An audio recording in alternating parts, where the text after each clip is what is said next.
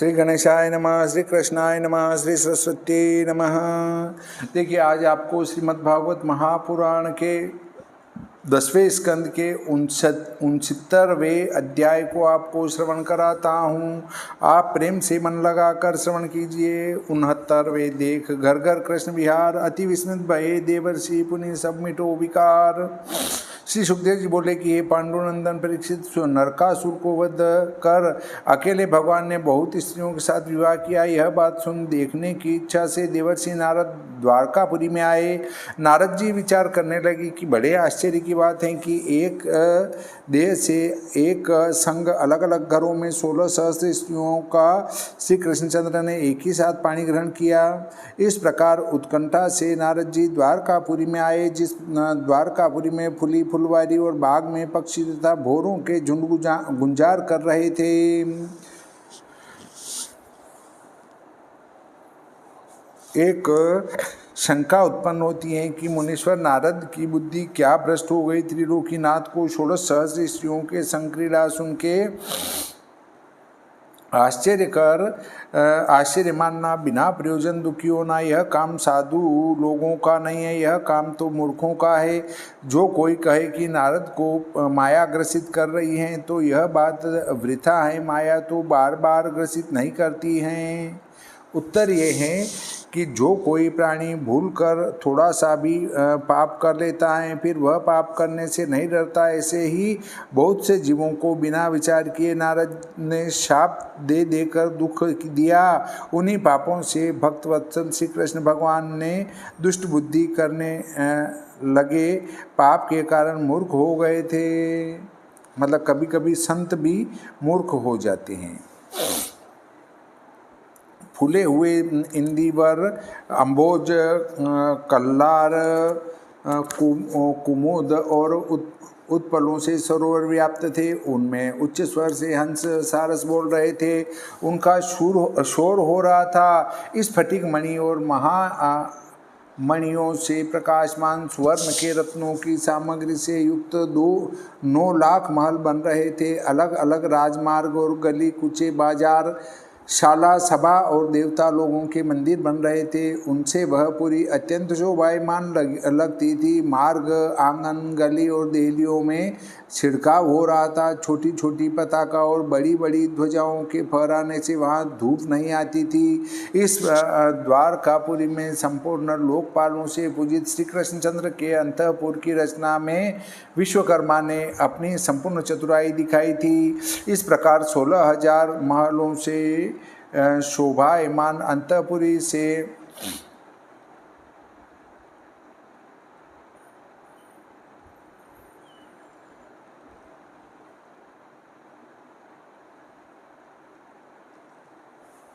16,000 महलों से शोभायमान अंतःपुर से श्री कृष्णचंद्र की रानी के एक भवन में देवर्षि नारद जी गए।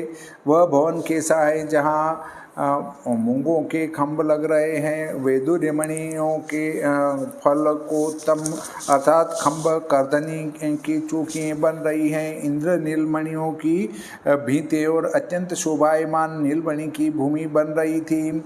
मोतियों की झालर जिनमें लगी, ऐसे विश्वकर्मा के बनाए चंदों से वह भवन अधिक शोभायमान था। मणियों से शोभायमान हाथी दांत की चौकी और पलंग बिछ रहे थे। उनकी अलग ही शोभा हो रही थी। दुखी कंठ में पहने सुंदर वस्त्र धारे दासियों से शोभायमान जामा, पगड़ी, पटका और मणियों के कुंडलों को पहने पुरुषों से शोभायमान था। हे राजा परीक्षित, रत्नों के दीपकों की पंक्ति लग रही थी। उसके प्रकाश से उन भवन में अंधकार नहीं था और घरों के भीतर अगर की धूप का धुआं झरोखे में होकर निकल रहा था। उसे देख बादल आए जान मोर शब्द करके भवन के चित्र विचित्र छज्जों के ऊपर नृत्य कर रहे थे। उस महल में रूप गुण अवस्था में अपने समान गहना पहने सहस्रदासियों के संग सदा सुवर्ण की दंडी का चमर पंखा लिए रुक्मिणी यादवपति श्री कृष्णचंद्र के ऊपर चमर कर रही थी। इस प्रकार नारद जी ने भगवान श्री कृष्णचंद्र का दर्शन किया। सब धर्म के जानने वालों में श्रेष्ठ भगवान श्री कृष्णचंद्र जी ने नारद जी को देख पलंग पर से शीघ्र उठ किरीट युक्त शोभायमान सिर से चरणों में नमस्कार कर हाथ जोड़ उन्हें अपने आसन पर बैठा कर जगत के अतिशय गुरु साधुओं के रक्षक श्री कृष्णचंद्र ने देवर्षि नारद जी के चरण धो चरणामृत अपने मस्तक पर चढ़ाया। जिन श्री कृष्ण का चरणोदक गंगा सबको पवित्र करती है, उनमें ब्रह्मण्य देव या गुणयुक्त नाम ज्यों का त्यों बनता है। नर के सखा ऋषियों में श्रेष्ठ नारायण नारद जी का शास्त्रोक्त विधि पूर्वक पूजन कर अमृत के तुल्य प्रमाणी भूत मधुर वाणी से कहने लगे कि हे नारद जी, आपके आने से बड़ा ही मंगल हुआ।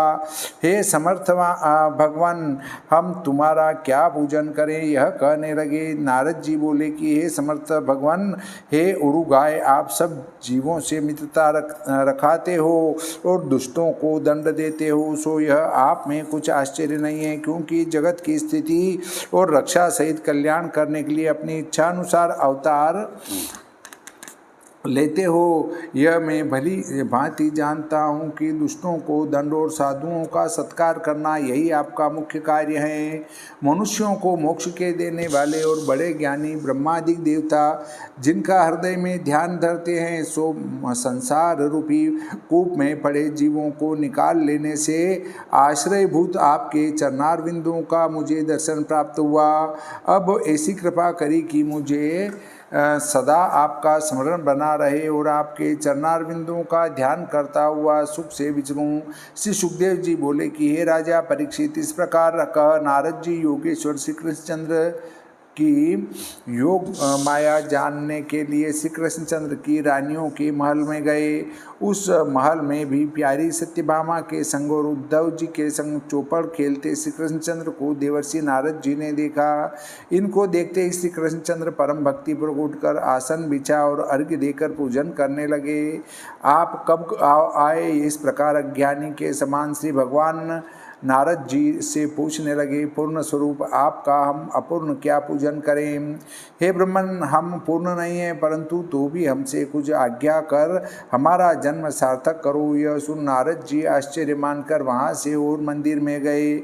उस महल में भी छोटे छोटे बालकों को खिलाते श्री कृष्णचंद्र जी को देखा।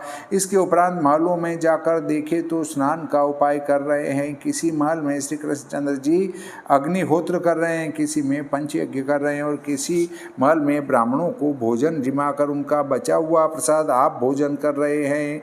इस प्रकार श्री कृष्णचंद्र का दर्शन किया। किसी महल में संध्या कर रहे हैं, किसी में मौन होकर गायत्री जप कर रहे हैं, एक महल में ढाल तलवार लेकर फिर रहे हैं। इस प्रकार श्री कृष्णचंद्र का दर्शन हुआ। किसी महल में घोड़े हाथी रथों पर चढ़कर फिर रहे हैं, किसी महल में शयन कर रहे हैं, बंदीजन स्तुति कर रहे हैं। इस प्रकार भगवान श्री कृष्णचंद्र का नारद जी ने दर्शन किया। किसी महल में उद्धवादिक मंत्रियों के साथ विहार करते देखा और किसी महल में मुख्य मुख्य वरांगना स्त्रियों के संग जल में विहार करते श्री कृष्णचंद्र का दर्शन किया।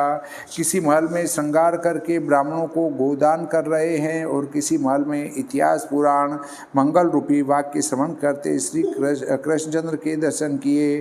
किसी महल में हंसी की बात कहकर श्री कृष्णचंद्र प्यारी के संग हंस रहे हैं, किसी महल में अपने धर्म की सेवा करते हैं और किसी महल में अर्थ और काम का संपादन कर रहे हैं। किसी महल में माया से अतीत पर ब्रह्म का एकासन पर बैठ ध्यान कर रहे हैं और किसी महल में काम भोग पूजन इत्यादि से गुरु की शुश्रूषा कर रहे हैं।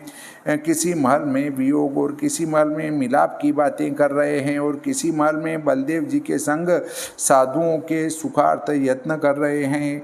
ऐसे श्री कृष्णचंद्र का दर्शन किया। किसी महल में पुत्र का समय पर सदृश स्त्रियों को देखकर विवाह करते हैं और किसी महल में अपनी कन्या के समान वर देख द्रव्यों करके विवाह करते हैं। किसी महल में कन्या और जमाई को विदा कर रहे हैं और किसी महल में पुत्रों को ससुराल भेजकर उनकी स्त्रियों को बुलाते हैं। इस प्रकार योगेश्वरों के ईश्वर श्री कृष्णचंद्र के पुत्रों का बड़ा उत्सव देख लोग आश्चर्य को प्राप्त हो गए। किसी महल में बड़े यज्ञों से अपनी कला देवताओं का पूजन कर रहे हैं, और किसी महल में अमुक रास्ते में कुआं बनाओ, बाग लगाओ और नवीन मंदिर बनवाओ। इस प्रकार धर्म करते श्री कृष्णचंद्र को देवर्षि नारद जी ने देखा। किसी महल से सिंध देश के घोड़े पर चढ़ा यादवों को संग ले शिकार खेलने को जा रहे हैं, वहाँ चित्र विचित्र पशुओं को मारते श्री कृष्णचंद्र को देखा। किसी महल में अपना रूप छिपाकर अंतःपुर के भीतर गृहादि में प्रजा का अभिप्राय जानने के लिए विचरते योगेश्वर श्री कृष्णचंद्र को देखा। इस प्रकार मनुष्य देह को प्राप्त हुए श्री कृष्णचंद्र की योग माया का वैभव देख संपूर्ण लीला देखने के उपरांत नारद जी हंसकर कहने लगे, हे योगीश्वर, आपके चरणार बिंदुओं की सेवा करके मेरे मन में प्रकाशमान आपकी योग माया ही केवल हम जानते हैं और आपका सत्य रूप नहीं जानते। हे देव, आपके यश से व्याप्त लोक में सब लोकों में पवित्र करने वाली आपकी लीला में गाता फिरूं, यह आज्ञा आप मुझे दें। इस प्रकार नारद जी ने कहा। तब श्री भगवान बोले कि हे ब्रह्मन, मैं धर्म का कहने वाला हूँ और दूसरे को धर्म करता देखकर प्रशंसा करता हूँ। इस कारण सब लोगों के सिखाने के लिए मैं कर्म करता हूँ। इसलिए हे अंग, तुम अपने मन में खेद मत करो। श्री सुखदेव जी बोले कि हे नृपोत्तम परीक्षित, इस प्रकार गृहस्थ पुरुषों के पवित्र करने वाले श्रेष्ठ धर्म के कर्ता अकेले श्री कृष्णचंद्र को सब घरों में नारद जी ने देखा। अत्यंत पराक्रम श्री कृष्णचंद्र की योग माया का बड़ा उदय बारंबार देखकर लीलापूर्वक ही नारद जी को बड़ा आश्चर्य प्राप्त हुआ। इस प्रकार धर्म, अर्थ, काम, मोक्ष में श्रद्धा सहित मन लगाए श्री कृष्णचंद्र से भले प्रकार पूजित होकर नारद जी प्रसन्नतापूर्वक श्री कृष्णचंद्र को मन में स्मरण करते चले गए। हे राजन, इस प्रकार मनुष्यों का मार्ग चलने वाले सब जीवों का कल्याण करने के लिए अनेक मूर्ति धारण करने वाले श्री कृष्णचंद्र 16,000 श्रेष्ठ स्त्रियों के बीच में लाज भरी स्नेह की चितवन हंसन उनसे सेवित होकर रमण करते थे। हे परीक्षित, विश्व की प्रलय और उत्पत्ति के कारण हरि भगवान के दूसरों को अगम्य साधारण कर्म इस संसार में जो पुरुष गावे अथवा सुने या बड़ाई करे, उन पुरुषों को मोक्ष के देने वाले भगवान श्री कृष्णचंद्र की भक्ति प्राप्त होती हैं। श्रीमद्भागवते महापुराणे दशम स्कंदे उत्तरार्धे भाषाटिकायां कृष्ण गार्हस्थ्य दर्शनम नामेकोन सप्ततितमो अध्यायः। श्री सरस्वती मैया की जय, श्री कृष्णचंद्र भगवान की जय, श्री रामचंद्र भगवान की जय, बजरंगबली की जय, गणपति जी महाराज की जय।